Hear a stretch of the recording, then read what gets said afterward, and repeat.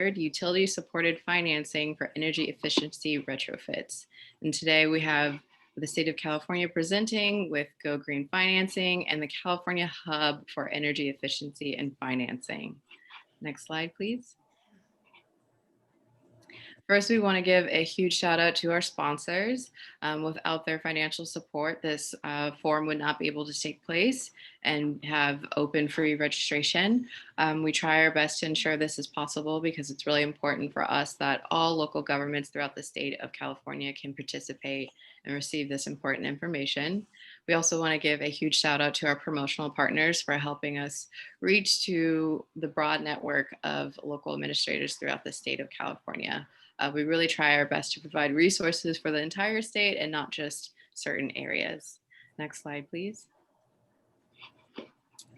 We do have some upcoming webinars. We are winding down on our SEEC virtual forum, but if there are webinars you're interested in attending in the future, here are the remaining. Our last one will be this 18th one taking place in November 12th. To register for those upcoming webinars, you can go to this website right here.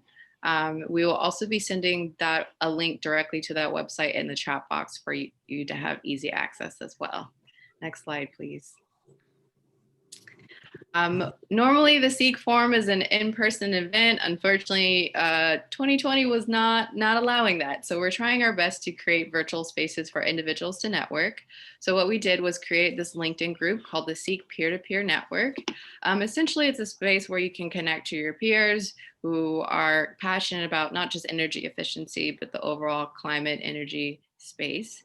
And so if that is a network you would like to connect with, you can feel free to join. It's on LinkedIn. We tried to make it easy as possible. And we also just sent a link directly in the chat box. Next slide, please. For this webinar, we do ask for you to submit your questions in this box called Q&A. That makes it easier for us to monitor your questions and to make sure that they get answered.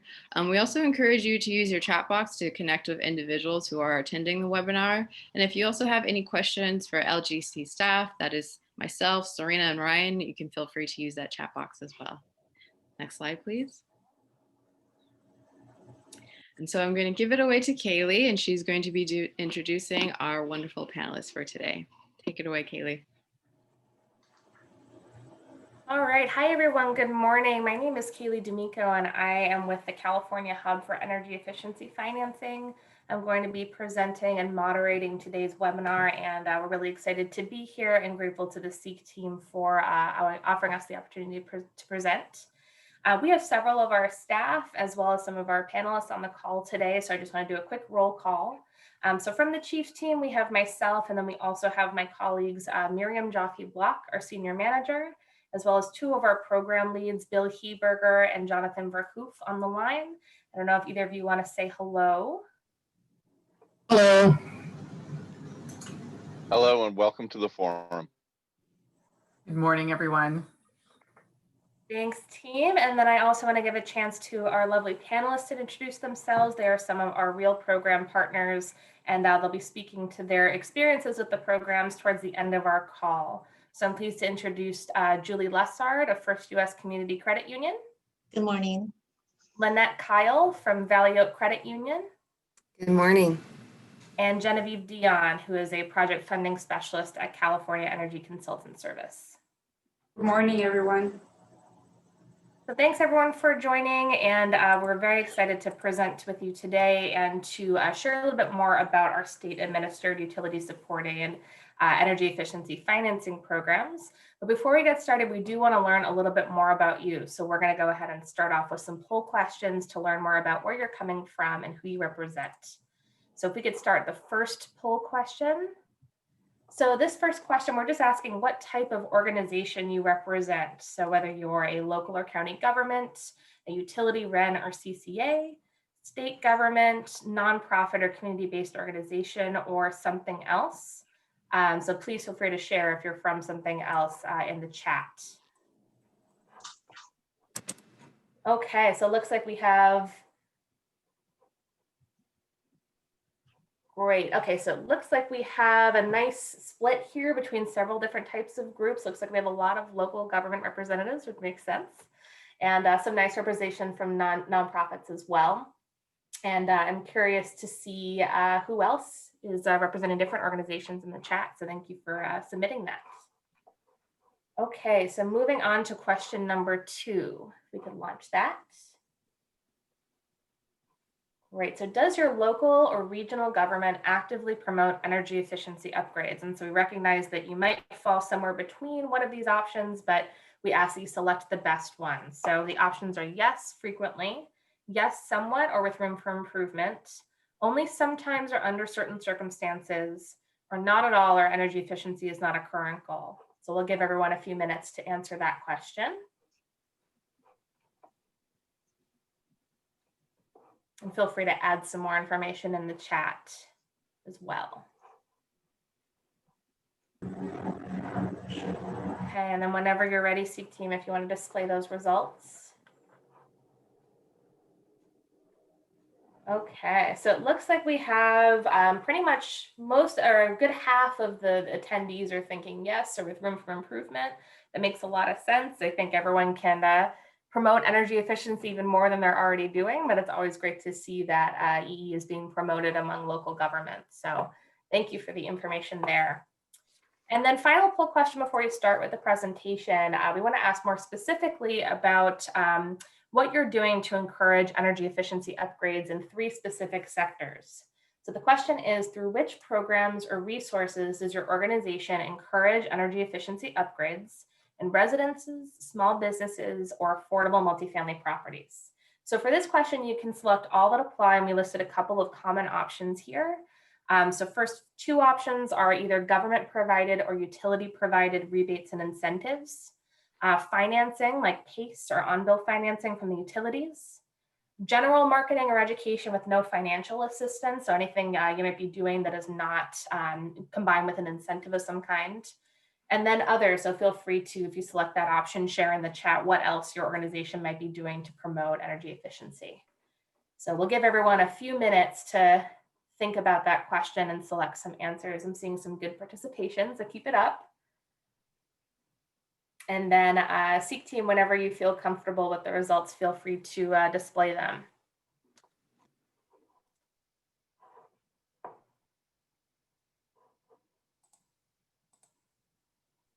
Okay, great. So it looks like overwhelmingly people are currently relying on utility provided rebates and incentives. That's great. And I'll talk a little bit in the presentation about how we leverage those as well and how our programs complement those offerings. Looks like there's also some representation of financing options. So of course, that's great. We're a financing option as well. And the government programs like tax credits, those are always a great benefit in addition. So thanks everyone for sharing your thoughts and your feedback on these questions. I'll definitely keep them in mind as we start the presentation. And I'm excited to share with you a little bit more about our programs and who we are. So to kick things off, so who are we? We are the California Hub for Energy Efficiency Financing, for short, either CHIEF or the Hub, either way.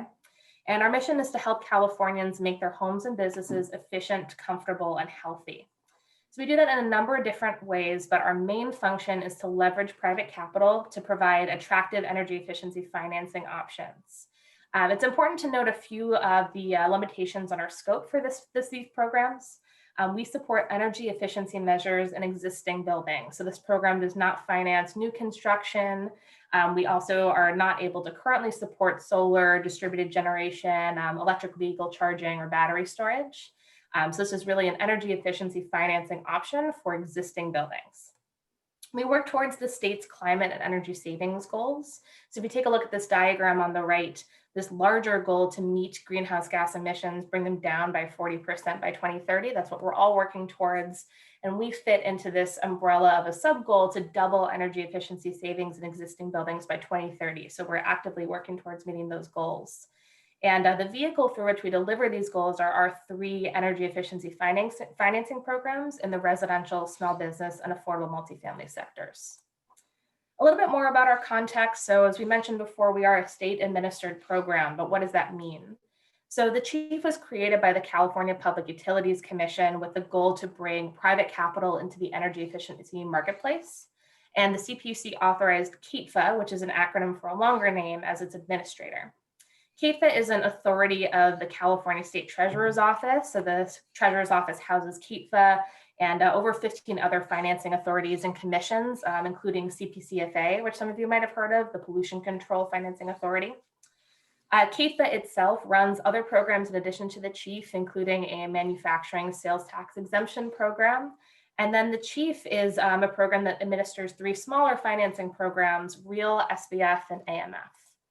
So here are the offerings themselves, and I'll go through each program one by one and explain a little bit about what they do.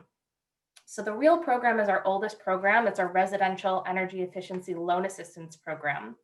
Customers of the REAL program can be owners or renters of single-family residents, and that includes mobile homes, condos, and other not typically served types of properties.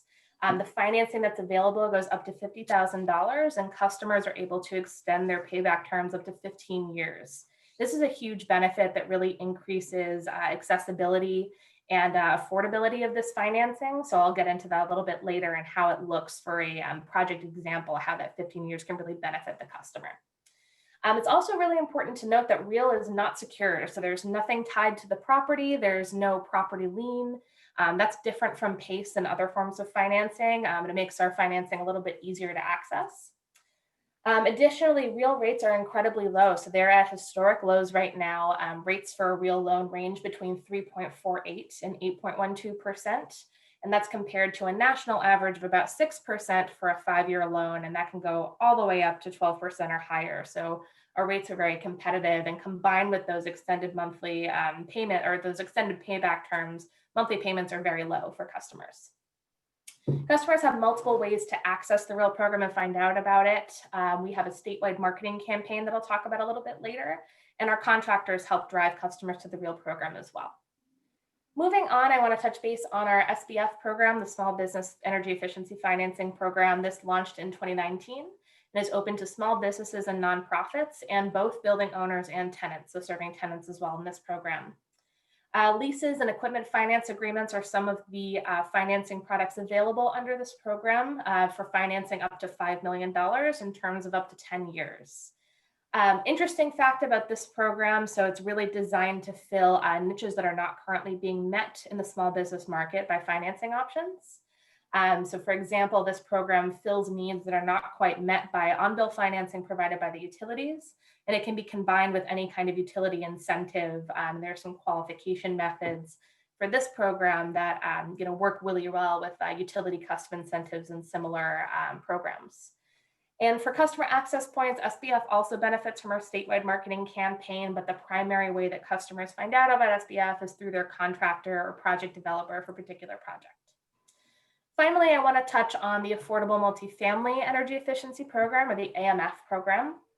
This program is targeted towards multifamily properties where at least 50% of the units are restricted to low to moderate income households. We actually just added a brand new financing option to AMF that we're really excited about, that we hope will open more doors within the AMF community. So that is an equipment financing agreement for $10,000 to $250,000. And that complements our existing financing that goes all the way up to $10 million and payback terms of up to 10 years. AMF is also designed to complement existing affordable multifamily programs like SOMA and LIWIP. And customer access point for AMF is primarily through organizational partners rather than marketing, so land trusts and similar organizations.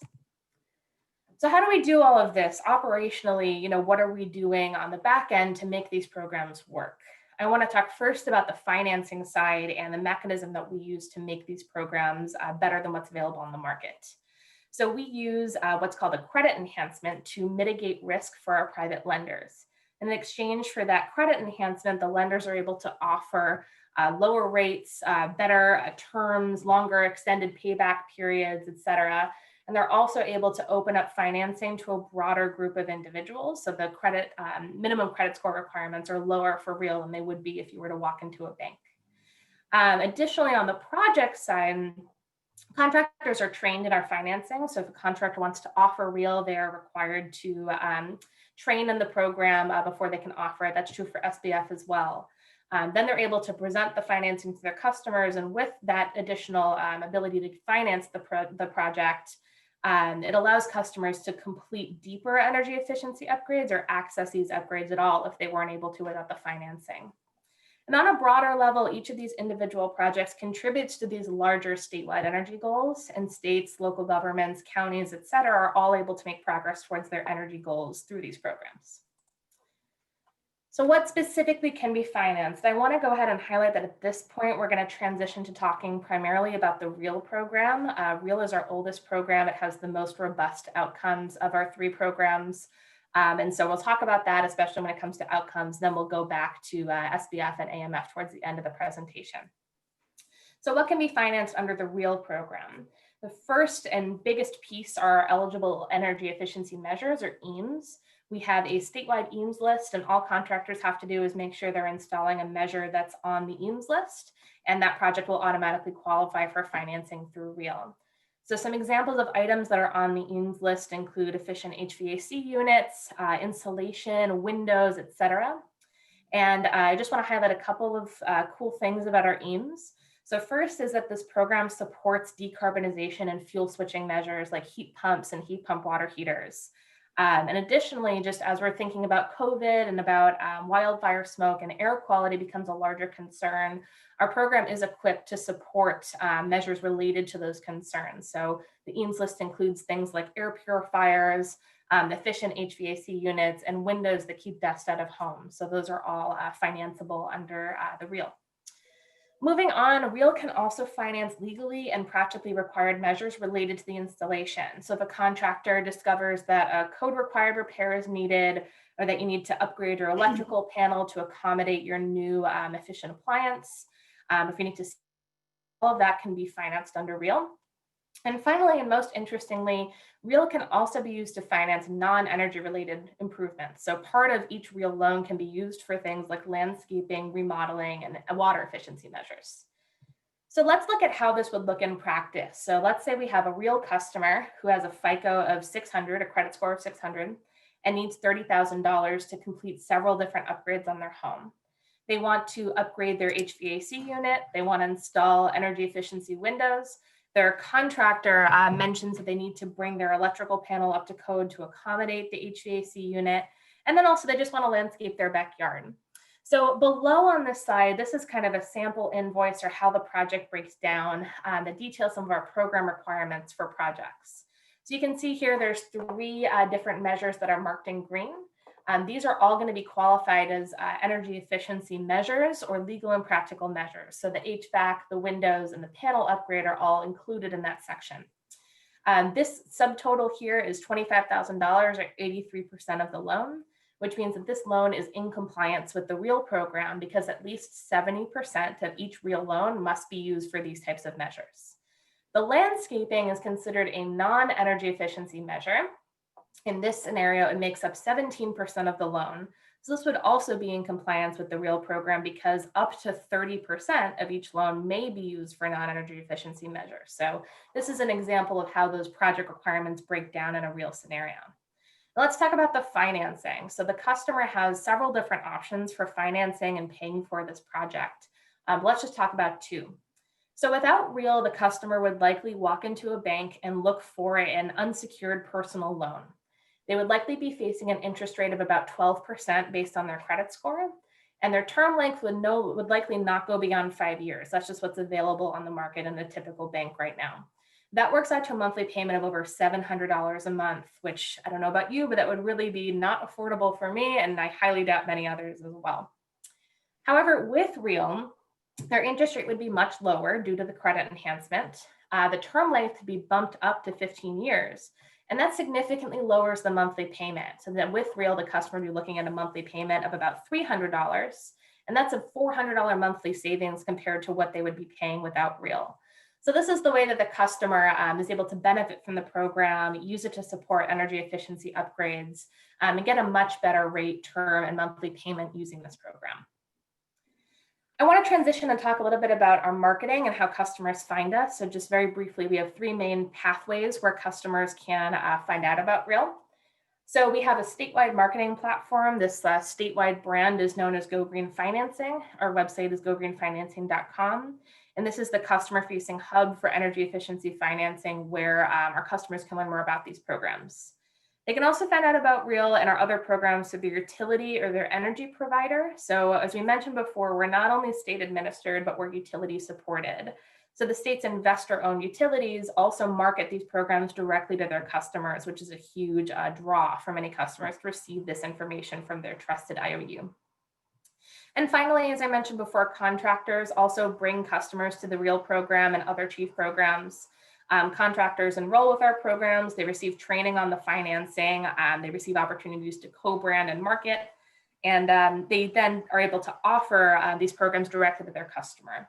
That's also interesting as REAL has grown, some of our contractors now exclusively use REAL for as many projects as they possibly can. So there are contractors who prefer this over other programs. And then here's just a few visual examples of that marketing. On the left here, you'll see some of our statewide marketing through Go Green Financing. And on the right are a few examples of utility marketing campaigns that go to millions of customers statewide.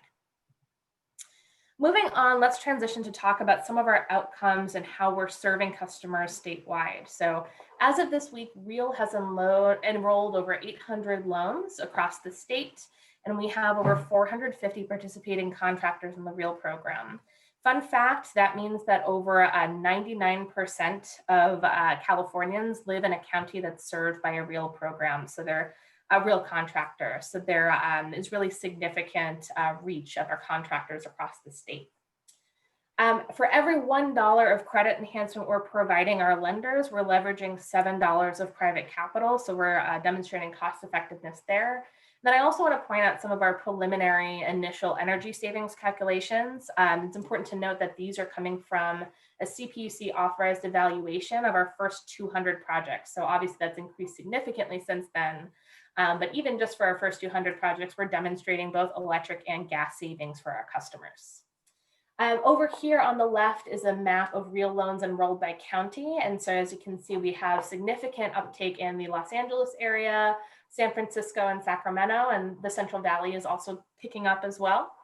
And finally, I want to point out the top 3 measures that are installed through REAL, which are HVAC related measures, building envelope measures, so things like insulation, cool roofs and windows, and water heating as well.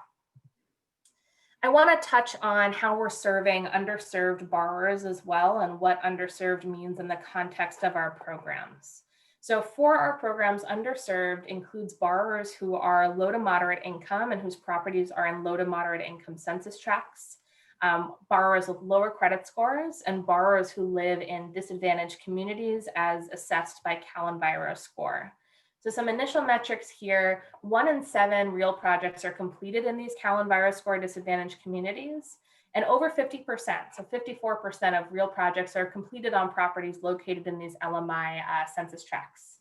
A couple of more pieces of information about how we're serving these underserved borrowers. The program is open to renters and manufactured homes, so that opens the doors for new types of borrowers to access this financing. We also have a credit challenge facility that provides a higher end credit enhancement for loans for borrowers with lower credit scores. So that allows our lenders to decrease the minimum credit score allowed to be able for financing. Right now, the lowest credit score that's qualifiable for REAL loan is 580. And then I just want to touch on the fact that we are appropriately focused on serving moderate income borrowers. So these programs are not built for low-income borrowers who might be better served by no-cost programs. And we want to be cautious that people who are taking on debt are able to pay it back. So we have a minimum debt-to-income requirement that prevents giving customers loans that they can't repay. And we also link to several different no-cost options on gogreenfinancing.com. And then a little bit more about our loan portfolio for REAL, so how the financing looks on a broader statewide scale. So those 800 plus projects have resulted in over $14 million of financing that's been facilitated by our 7 participating lenders. The average loan size for REAL is about $16,000 to $17,000, which shows that REAL customers are engaging in deeper retrofits using the REAL program. The average interest rate for a real loan participant is 6.06% for a 5-year term. And as I mentioned before, rates go as low as 3.48%. And since program inception, 1.3% or just 11 of our loans have resulted in default. So we're doing quite well in terms of how many of our loans are in active repayment or have been paid back. So finally, before we transition into the panel, I just want to talk a little bit more about Sbf and AMF, where those programs are and how local governments can get involved. So Sbf and AMF were both launched in 2019 and are considered to be pilots. REAL is now a full-scale program according to the CPUC. Sbf has completed 7 projects to date and has 3 more that are currently pre-approved for enrollment, which means that they're in different phases of the construction and financing process. The most popular measures installed through Sbf so far have been HVAC related as well as LED lighting. And the next steps for Sbf that we're currently actively working on as staff include enrolling a microlender to issue financing for projects below $10,000 and partnering with the IOU statewide programs led by third-party implementers that will launch in 2021. AMF, on the other hand, is ready for its first project. We just enrolled another lender in the program who's providing financing between $10,000 and $250,000 to complement the already available financing that goes up to $10 million. So we're hoping that opens up new doors within the AMF sector and allows for more property owners and to consider this financing. And I do want to acknowledge that growth has been slower for these programs than REAL. Both of these sectors have faced significant challenges for different reasons. Sbf in particular was very significantly impacted by COVID. And as business operations are limited across the state, businesses are really just focused on staying afloat. And so energy efficiency upgrades have really dropped in priority level for business owners and small businesses in general. Meanwhile, AMF in the multifamily sector, the affordable multifamily sector, there are very complex challenges that prevent projects from being completed easily. Things like lengthy project development timelines and just lack of resources among property owners. So that program has faced these kind of complex challenges and is working on overpassing those barriers to entry in that market. So again, local government partnerships are really key here and can help us get the word out about these financing options. So if you have a small business or affordable multifamily energy efficiency program that might benefit from this financing, please feel free to get in touch with us because we'd love to talk opportunities to collaborate. And then here's my last slide before the panel. I just want to touch on what this all means for you and kind of bring the common threads of these programs together. So what does this mean for a local government representative? So first of all, you can grow local business through our enrolled contractors using these programs. So contractors are able to see increased project volume and increased project size just in terms of dollars for using the REAL program, which helps foster more projects and employments through the green economy. So it's an economic development vehicle. You can also help your constituents save money and energy. So this picture here is of the Flores family. They're a REAL family who used REAL to finance a bunch of different energy efficiency upgrades, including things like a water heater, a furnace, and a heat pump. And they're paying for all these upgrades for under $150 a month. So that's helping them save both money and energy.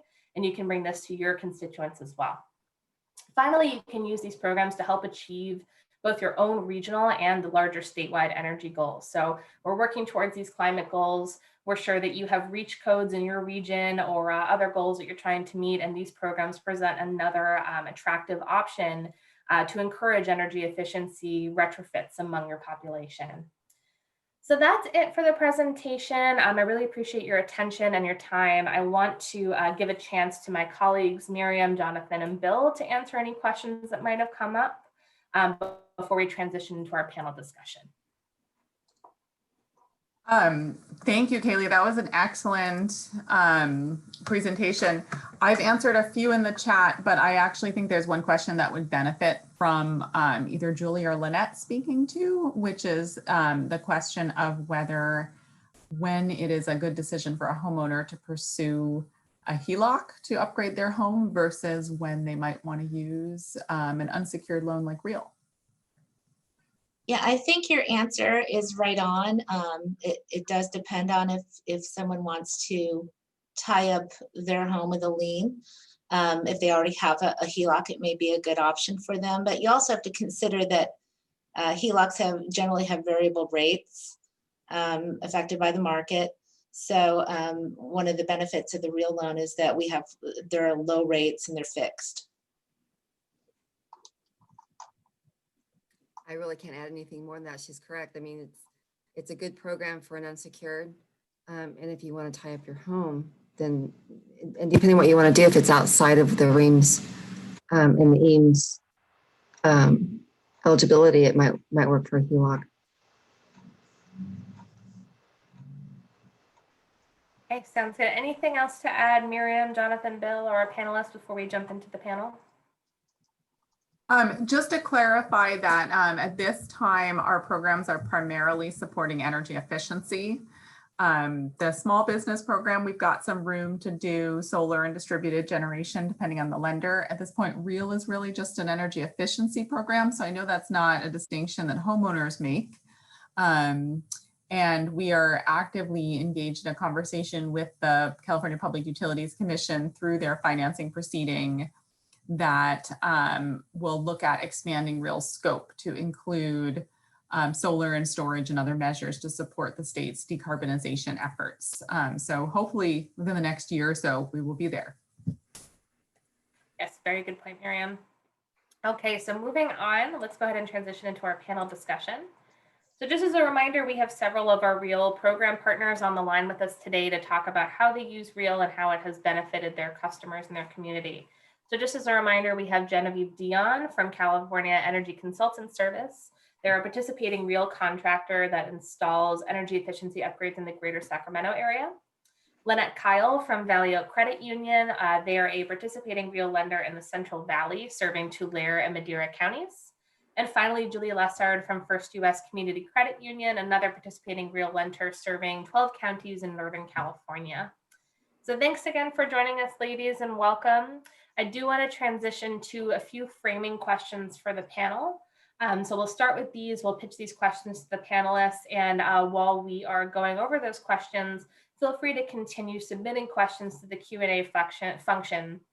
Miriam, Jonathan, and Bill will continue answering questions that are related to the program. And anything related to the panel or any questions for our panelists, I'll ask live once we finish answering these first few questions. So please feel free to keep asking questions below.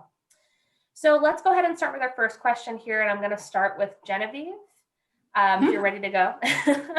So how has the REAL program benefited your customers and helped meet their financing and energy efficiency needs? Well, not all customers are able to pay out of pocket for their home improvement projects. And so that doesn't mean that they can't start saving energy right away. That's why REAL financing has been such an important part of our home performance project that we have worked on so far. It allows the customers to get a great APR for a project, even though they don't necessarily have the best financing profile. And so right away, the customer can start saving on their utility bills. And that's because they have invested in energy efficient product on their home. Another feature that we like about the REAL program is the 30% non-EAM measures. And that's because we're located in Sacramento and we have a local electricity provider, SMUD. And so not all products can be through REAL because they work with the electricity from SMUD. So the fact that we have that 30% gives us some flexibility and it allows us to finance some of these projects when we work on a dual fuel home. Thank you, Genevieve. Let's go ahead and ask the same question to Lynette.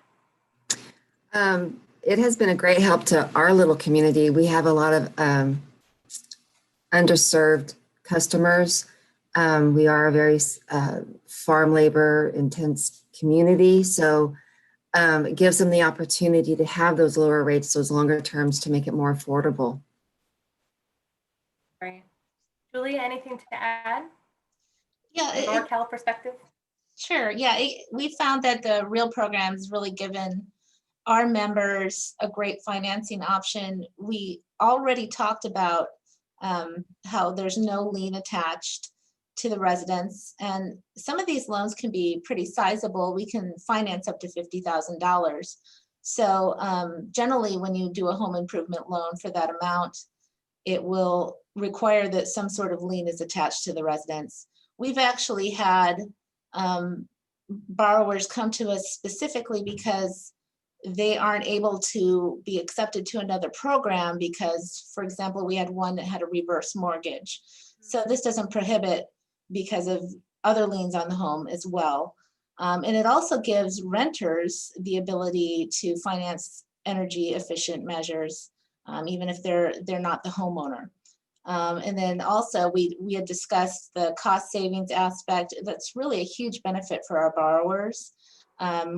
Our rates for a regular personal loan, they start around 8.5% and go all the way up to 15%. So, you know, with the real program, they're starting at 5% and going up to 7.5%. So that's a big difference for our borrowers. And then they can also finance this up to 180 months, whereas with a personal loan, they're limited generally to terms of around 60 months or less. So it makes a big difference for our members.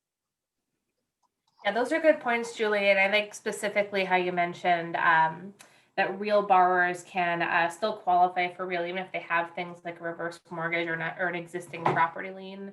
I think that's an important aspect of real that we haven't touched on in the presentation. So thanks for mentioning that. So moving on to our next question. So in what ways has working with a government program supported your business and community? Why don't we start with Lynette this time?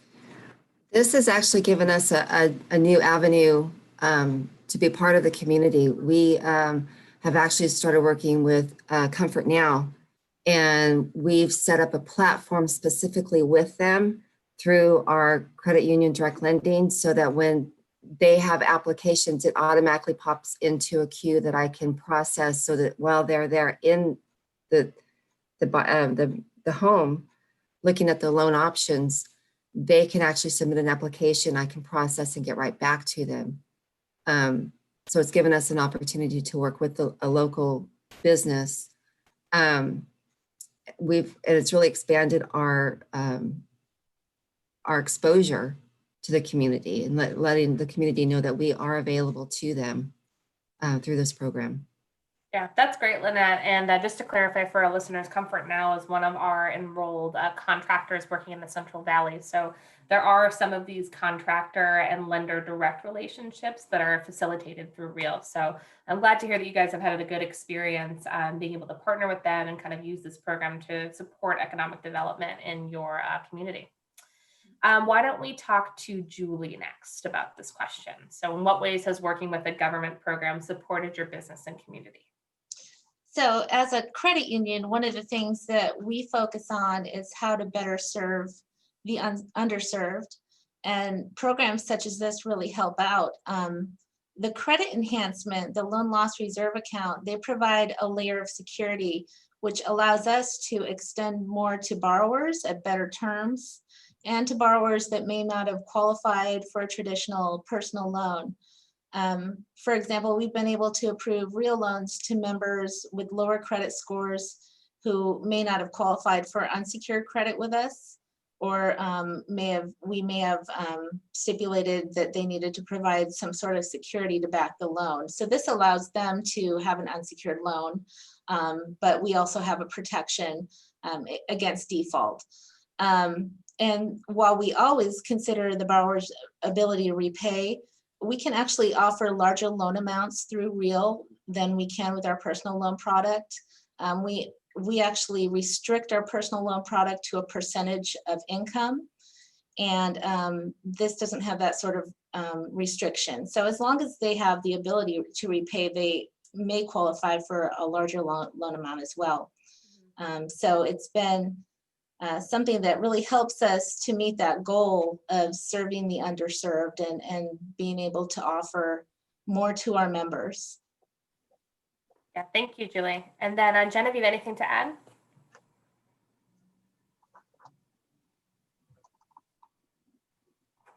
Genevieve, if you're speaking, I think it would be better with my mic on. So yes, I absolutely love the fact that I can say with full confidence consumers that I'm working with a program that's administered by the state of California and backed by the IOU. In our case, in our region is PG&E. And so they have set a process for us to work for communications between lenders, contractors, and consumers. And we have to follow that. The administrator of the program also monitors that process to make sure that every party respects their part. And so when I speak about this program to a customer, I really feel that the customer's interests are taken to heart. It's not about inflating the price of the project just because the consumer is approved for financing.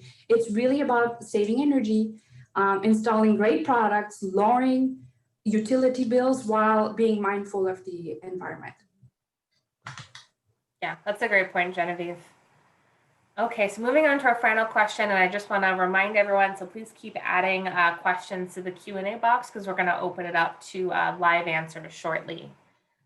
So how do you think local governments can support energy efficiency financing? Let's start with Julie this time.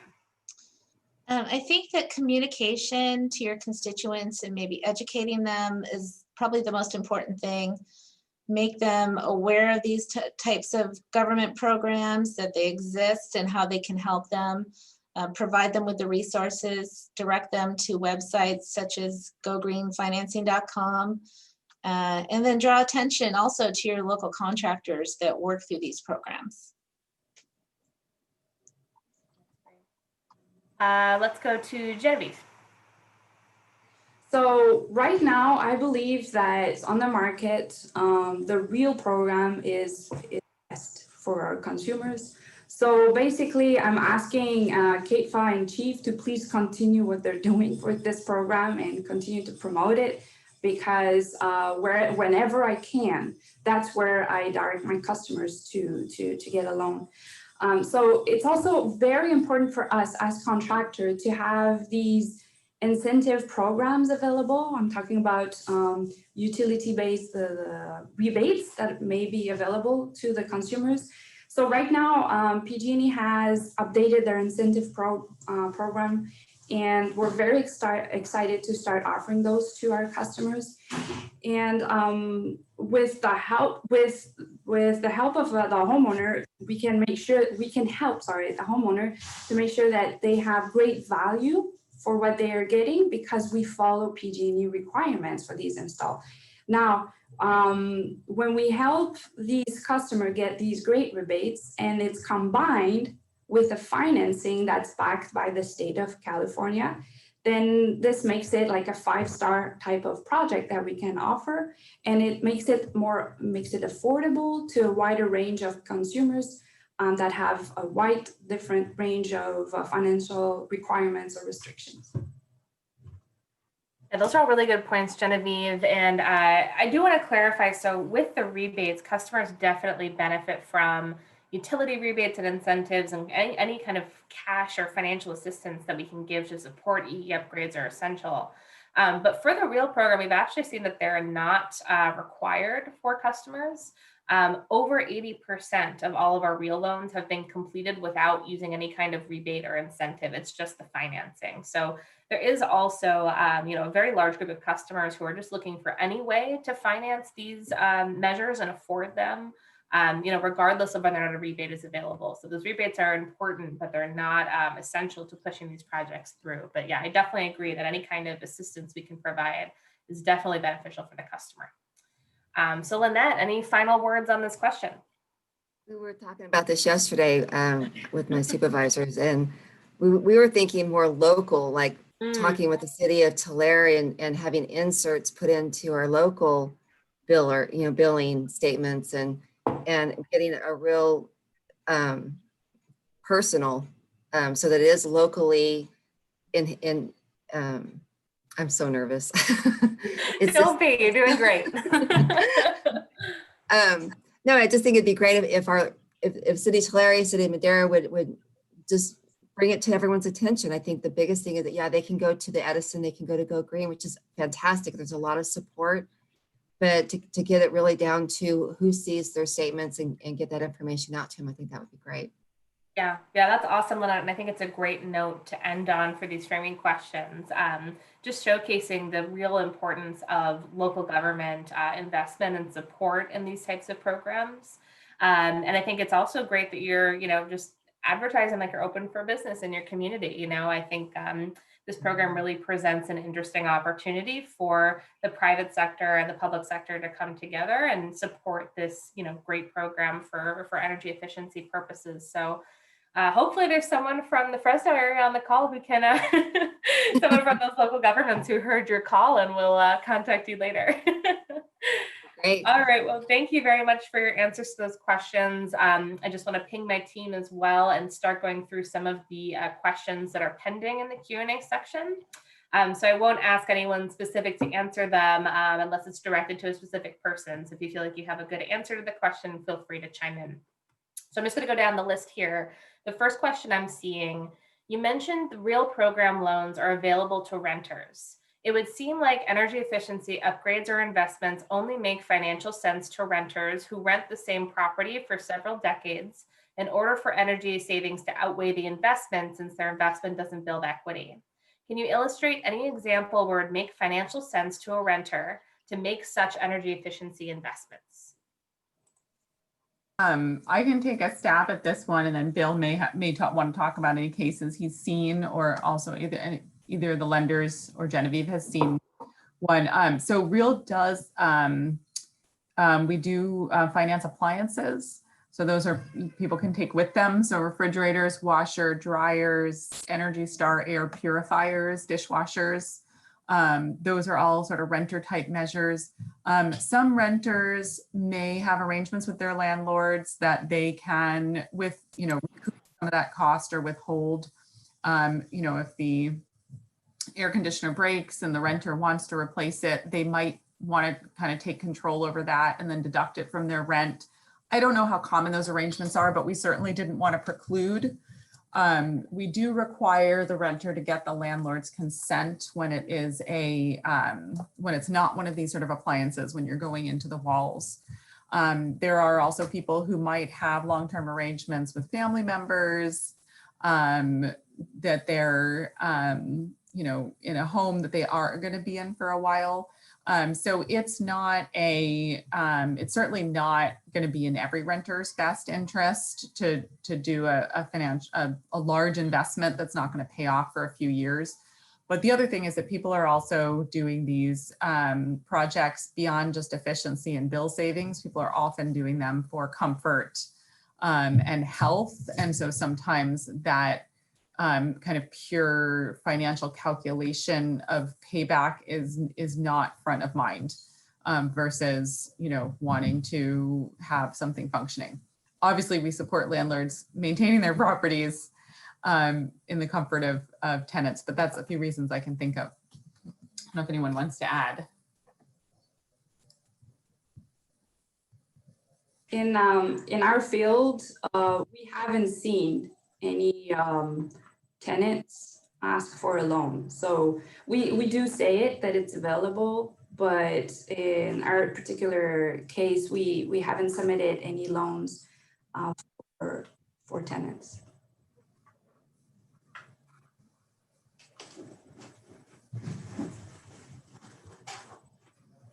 Okay, so if there's nothing else more to add, I'm going to go ahead and ask the next question I'm seeing here. Can you please speak a little more on Real loans for electric energy efficiency upgrades in regions of public or municipal electric utilities rather than privately owned electric utilities? Is Real financed with EPIC funds? That's a great question. So I'm going to go ahead and pass that to Miriam, most likely. Yeah, it's a great question. So, Real is financed through the ratepayers of the investor-owned utilities through the Public Purpose Program surcharge. So it's not EPIC. So that is PG&E, SoCal Gas, SoCal Edison, and San Diego Gas and Electric. So customers of those utilities qualify for Real, but there are several areas of overlap where some of those gas customers end up being served by a municipal electric provider. So here up north, we have SMUD, We have like the city of Redding, and down south we have LA, Los Angeles District Water and Power, as well as a bunch of smaller, city of Burbank type municipal providers. So when customers are served by an electric municipal provider under our current program rules, they can't do electric measures in the large portion of the loan. So we have, it's a little bit complicated. It's probably better to show this maybe, Kaylee, with your slide that kind of breaks down the project there. So in her presentation, Kaylee explained that 70% of the loan proceeds need to go to a energy efficiency measure. And 30% is kind of what you see down below where she has that yellow as landscaping, can be for a non-energy measure. So that allows customers to do things like water, or something in their kitchen. And so 30% of the loan proceeds, if the customer is in an electric POU, they can use that to do electric measures. It does limit a little bit what we can do in the electric POUs. We can do a HVAC if there's a split, furnace and AC, or packaged furnace and AC if there's a gas component. However, for pure electrification projects right now, where people are converting to heat pumps and heat pump water heaters, we are not able to provide the lenders with a credit enhancement for that in SMUD and LADWP and POU territory. So that's why Genevieve was talking a little bit about the project complexity. This is definitely a challenge for us, because it means that Genevieve and Lynette and Julie have to learn all the details of, which utility is serving which customers where, and is it an IOU or a POU, and what's the technology. And we are trying to take that complexity away from them to have to manage by finding other sources of funds within the CPUC world or outside of it to allow us to do all measures equally statewide. So that's something that we're working on and hoping to fix for real in the future. So right now, customers who are served by electric muni can still use real, potentially, depending on their project. It just, the amount that's going to be available for those electric measures is going to be less. They won't be able to do, for instance, a cool roof in Sacramento and finance it through real, not yet. Yeah, that's a good explanation, Miriam. And it harkens back to what we were talking about earlier, that these programs are pilots for the most part. Real was a pilot up until April of this year, when it was given full program status by the PUC. So the programs are young and they're new, but on the other hand, that gives great opportunities to develop these partnerships now and be able to access all of these growth mechanisms as soon as they're unleashed, which we're hoping will happen soon. So we do have one more question left in the question and answer period. We have a little bit more time if others would like to submit further questions, but for now, this is the last question. Is it possible for someone to give a ballpark cost for installing a heat pump water heater, including a panel upgrade? Maybe Bill or Genevieve can address that one. Genevieve, do you want to take that? Well, my specialty is not sales. But I could definitely put you in touch with one of our sales team if you're willing to give us your email, and we can definitely give you a ballpark price for how much it would be. But we're definitely not talking about, we're talking about like what I've seen, what I've remembered seeing. It's around, with the panel upgrade, it's probably going to be around 4,000, something like that. Mm-hmm. Yeah, that's basically what I've seen also that has come through. The hot water heater, runs 1 to 2 to 3,000. And then depending on how much of a panel upgrade and what needs to be done, that adds another 1,000 or so to the cost of the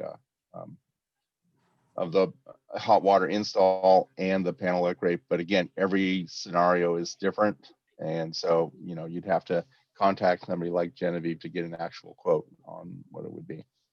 And Bill, just to clarify, are you talking about hot water heaters or heat pump water heaters? The heat pump water heaters. Okay, great. The heat pump water heaters, because you need to have additional electricity run to the. Great. I just want to make sure we were addressing that, because the question was about the heat pumps. Yes. it's Looks heat like a pump. few more questions have come in. Jonathan, I just want to make sure you're with us because we have a small business question. One person is wondering what the definition of small business is for SBF and how those qualifications are based. That's a great question. Hi, thanks, Kirk.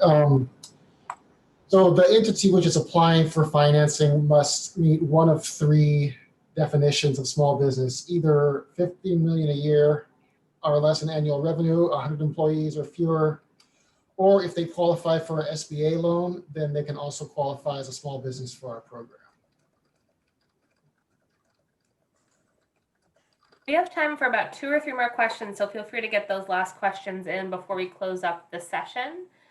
So right now, here's a question. How does, I think this is a follow-up to the heat pump water heater question. So how does that compare to an energy efficient gas water heater with no need for a panel upgrade?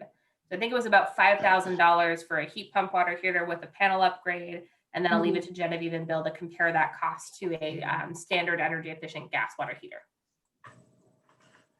Well, we haven't done those in a while because we're trying to, like, the goal is to go away from gas and electrify the home. So whenever we need an upgrade, we need to do a heat pump, a water heater upgrade. We always go and explain the advantages to go through a heat pump water heater going with electric versus gas. So our choices here is more to go toward electrifying the home than going with gas as fuel. Yeah. Oh, go ahead, Bill. Well, no, I echo what Jamie said about the electrification, but just in the terms of the cost of energy efficient gas water heater would probably be around $1,000 to $2,000 with install, and that's also one of the measures that we have. Miriam? I think you're on mute, Miriam. Hang on. Okay, there I am. Okay. That I think there's a lot of different folks at the state, outside of us, who are working on trying to bring down that cost differential between the gas and electric water heater for the homeowner. So both the Public Utilities Commission and the Energy Commission, through programs and some of under their decarbonization proceeding and in other programs, are doing various things to try to do that. So they are working upstream with the manufacturers. They're working midstream with the contractors, with folks, like Genevieve, trying to incentivize those purchases of the heat pump water heaters. And they're working downstream with their rebate programs. There are even some rebates in parts of the state that customers can access for doing the electrical panel upgrade to help with that, or incentives. So that is something that at various parts of the state, there's efforts to try to make it a no-brainer for the customer to move to electric as part of the electrification goals. And so, our role in that is to provide the financing, and to provide the financing so that a customer would be able to include the cost of that panel upgrade in their financing, and that wouldn't be a barrier at this point. I will say that's a little bit of a challenge, and Genevieve, I don't know if you want to speak to it. It's a little bit of a challenge in that, because I don't know how many heat pumps you guys do, heat pump water heaters you do, is that the contractor who's installing that HVAC system and installing that water heater isn't the electrician who's going to do the panel upgrade. So there's some work to do to coordinate on the project, and that's something that we know we have to tackle in the REAL program with our contractors, and help our lenders with that too, because then you've got two different contractors with different scopes of work, and they both want to check, and one's finished soon and the other's taking a little while, and the first one wants their check. And so we're working through some of that coordination. And I just want to add, we got in another question kind of based off of that while you were answering, Miriam. So how is electrification supporting low-income homes? Wouldn't that be more expensive? Genevieve answered in text that they work with local rebate programs to help lower the costs, and that they have $3,000 available in rebates to help homeowners for heat pump water heaters. But Miriam, Genevieve, and others, I don't know if you want to add anything or any final thoughts. We'll have that be the last question / thought for the forum. I just want to mention, like Miriam was mentioning, it does help when the homeowner works with a contractor that has a home performance view of the project. So instead of working, okay, look, I'm gonna help you with a water heater and then walk out. As a contractor, we have a global view. So we'll look at the windows, we'll look at the HVAC unit, we'll look at the water heater, and we'll make sure that to help the customer get the most measures that they can afford to install, but also that they can save energy on. So it's like you mentioned, you have to work with different contractors, but that's our specialties. We have like partners, we have built partnership with different contractors that help us with the electric, with the plumbing, with the HVAC, with the window installation, which makes it a one-stop stop for the consumers to actually get a good home performance project done on their home. That's really helpful. And I would add also that, you know, I think and this has come up a few times in the chat, so it's good to probably address it in terms of thinking about low income homeowners. REAL is not a truly low income program because what we're doing is providing debt, and it's affordable debt and it's unsecured. And it's at a much better rate than someone would get walking off the street. But for a truly low income homeowner, there's a question as to whether debt is really the best way for them to do an upgrade. And so we don't want to have people finance something that they could qualify for free through a subsidy, through a local government or one of the utility programs. And also the Utility Commission is looking at other forms of financing that don't place debt on an individual. So there's a discussion right now in the new financing proceeding of tariff on bill financing, which would be a mechanism to do upgrades for truly low income homeowners. We tend to think of REAL as a moderate income program. All of our lenders right now are credit unions, and so they all are nonprofits, and they all have very kind of consumer-oriented, member-oriented things in place, even beyond what we require in our program. But we also require a debt-to-income check to make sure that people are going to be able to repay, and we require a income verification for anything above $20,000 because we only want to be making loans to people who have the means to repay them. And so that's something that kind of drives all of us with this program. We do have some analysis. I think Kaylee has it kind of up on the screen of who we're serving in terms of that low mod income. And actually that stat's not here, but we know it that about 53% of our projects are in census tracts that are low mod income as part of the area median income analysis that's done. California, you know, moderate income can still be somebody earning, you know, $100,000 a year in some counties because the cost of living is just very, very high. And if folks are interested, we can give a further breakdown. We are trying also to reach underserved customers who are credit challenged. And First US takes advantage of our credit challenge program, which is that when a customer's FICO score is below 640, we provide a higher tranche of credit enhancement to help them make that loan. So we're working on that, but we'll never be a truly low income program. It's that sort of upper median and moderate income borrower that we think this program is right for. Yeah, and with that, let's go ahead and close up. So thanks everybody so much for your time today and for your great questions through the Q&A. I just want to leave you with some contact info on how you can learn more about our programs and get in touch with us. So the first option, we mentioned it during this presentation, is gogreenfinancing.com. That's our statewide marketing resource for customers, contractors, and just general customer-facing materials.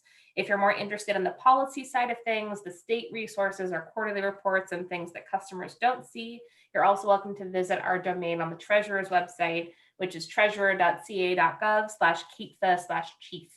And finally, you're also welcome to reach out to our staff. I have contact information here for Miriam and myself. Feel free to email us or give us a call if you'd like to discuss how you can bring these programs to your region and how we can help you promote energy efficiency through REAL and our other programs. So thanks everybody for your time today. And with that, I'm going to pass it on to the SEEC team to close us out. Thank you, Kaylee, and thank you everyone for that really important information. We just wanted to show a couple final slides to give people reminders. There are upcoming webinars, and if you're interested in any of these topics, you can go directly to the SEEC website, learn more information about the webinars, and register that way. Next slide, please. We also want to give another huge thank you to our sponsors. Without their support, this forum would not be possible. Traditionally, they're in person, and we just had to try our best to make sure it could take place in a safe virtual forum. Also, we will be sending a link in the chat box. It is called a post-webinar survey. If you all could take the time to fill it out, that would be really great. We try our best to get participants' feedback on the kind of content that the webinar is providing, because we want to make sure we're meeting the needs of our local governments. So thank you again, everyone, for attending these webinars, and I hope everyone has a safe and wonderful afternoon. Thank you, everyone.